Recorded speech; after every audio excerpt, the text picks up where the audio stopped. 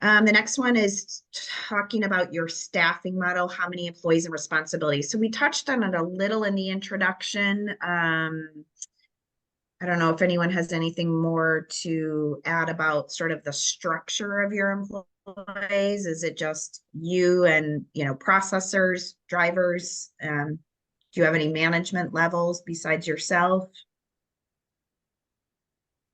So we do, like I said, we have six drivers, and one of our drivers is a supervisor of the other drivers, and that's really our only level of management within the company. But again, we are not customer facing, and so it's kind of just us in our huddle. But that is going to be changing. So if I'm ever invited back to talk about these kinds of things, we'll be talking about more employees and some different levels of management.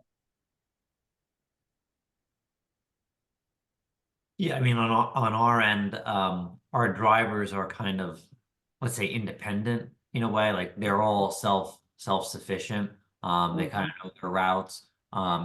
We have, let's say, maybe one person, like it's not an official position or title, but he kind of, oversees, makes sure that everything is kind of set up so the other guys, it's easier for them to get out. As for like our processors, there we have more structure in that.